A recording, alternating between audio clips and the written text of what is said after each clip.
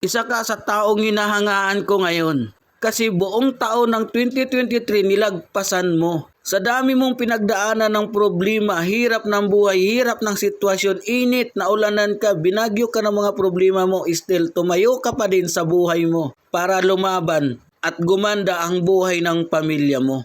Isa ka sa taong matatag, matibay at hindi basta-bastang matutumba sa simpleng problema. Kaya hanga ako sa iyo at congratulations sa iyo kung sino ka man ngayon ang nakapanood ng video na ito. Dahil umabot ka sa taong 2023 at ngayon D1 ng 2024. Isa lang ang meron ka, may matibay ka na pundasyon kaya nandito ka pa rin ngayon lumaban sa buhay. Kasi hindi lahat ng tao kayang harapin lahat ng problema na dumating sa kanila. Yung ibang tao sa kunting problema bumibigay ka agad at na-depress. Pero ikaw nagiging fresh ang isipan mo kasi alam mo kung ano ang gusto mong marating sa buhay. Kaya salute sa'yo. Believe ako sa mga taong may malaking pangarap at lalong lumalaban sa pangarap. Sila yung mga taong dumaan sa proseso, matuto, paano gawin ang yung isang bagay, paano pagandahin, paano solusyonan lahat ng problema na dumating sa buhay. Still, nananalo tayo. Hindi man tayo naging successful ng taong 2023.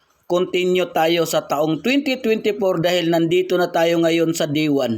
Believe na ako sa iyo, brother. Matibay ang pundasyon mo. Yung mga taong hindi lumalaban sa buhay, yung mga taong mabilis ma-stress, mabilis ma-depress at bumigay kaagad sa mga konting problema, sila yung mga taong tinanggap nila ang pagiging loser sa buhay. Lagi nating tatandaan kung may pangarap ka, walang ibang gagawa kundi ikaw. Wala kang kakampi sa sarili mo kundi yung sarili mo lang ang kakampi mo. Kasi maraming mga tao talaga nasusubukan ang tibay mo, yung lakas mo, uubusin yan nila. Sisip-sipin yan nila. Ida-down ka nila hanggang sagad sa buto, hanggang maubusan ka ng lakas. Kaya dahil nakatawid ka ng 2023, isa ka sa taong subok na sa pagsubok na dumarating sa buhay. Kung hindi mo taon ang 2023, ngayong 2024, ito yung taon natin na magtagumpay sa goal natin sa buhay.